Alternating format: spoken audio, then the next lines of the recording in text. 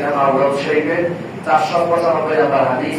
নবী করিম সাল্লাল্লাহু আলাইহি ওয়াসাল্লাম ইরশাদ করেন, মুরু আওলাদাকুম বিসসালাতি ওয়া হুম আবনাউ সাব'i সিনিন, তোমরা তোমাদের সন্তানদেরকে 7 বছর বয়স থেকে নামাজের নির্দেশ প্রদান করো।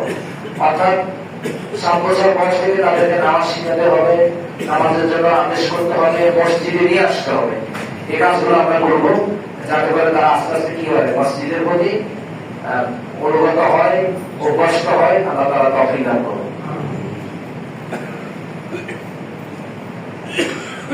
অমুসলিমদের দান মসজিদের জন্য দেয়া যাবে কিনা? কোন অমুসলিমের দান মসজিদের জন্য নেওয়া উত্তম নয়। এটি আমি মনে করি ব্যক্তিগত ভাবে যে মসজিদের যে সম্মান, এই সম্মানের কি বিপরীত হয়ে যায়। অমুসলিম যা ইমানই নেই, সে আমার মসজিদের জন্য কেন দান করবে? বর্তমানে বাংলাদেশে আমাদের সমাজে এত মুসলমান থাকার পরে, এত শিল্পপতি থাকার পরে হিন্দু খ্রিস্টানের টাকা কেন আমাদের মসজিদে লাগবে?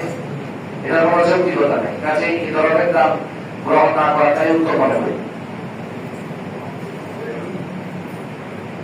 এই থেকে আপনি যারা বসেছেন, ওনারা আমাদের সকলের গুনাহ মাফের জন্য বসেছে। আমরা প্রত্যেকেই এটাকে আমরা বসার জন্য কি দাবিদার, কিন্তু মহলার মধ্যে কিছু আল্লাহর বান্দা যদি এতে কাজ করে তাহলে সকলের গুনাহ আল্লাহ তাআলা মাফ করে দেন। তো সেই হিসেবে যারা এতে আমরা আসেন, আমরা তাদেরকে সম্মান করবো, তাদের ইজ্জত করবো, খোঁজ খবর নিব, তাদের মেহমানদারি করার চেষ্টা করবো। আর নফল নামাজ পড়ার ক্ষেত্রে কিংবা চেয়ার রাখা, চেয়ার নেওয়া, ঝাড়ু দেওয়া ইত্যাদি যে কোনো বিষয়ে এতে আমরা যারা আসেন আমরা তাদেরকে পালন করব, তাদের আমরা অগ্রাধিকার দেব।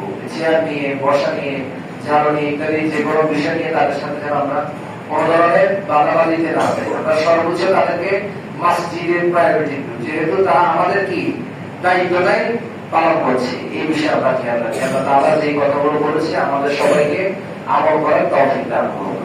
দাঁড়িয়ে কাজ শুরু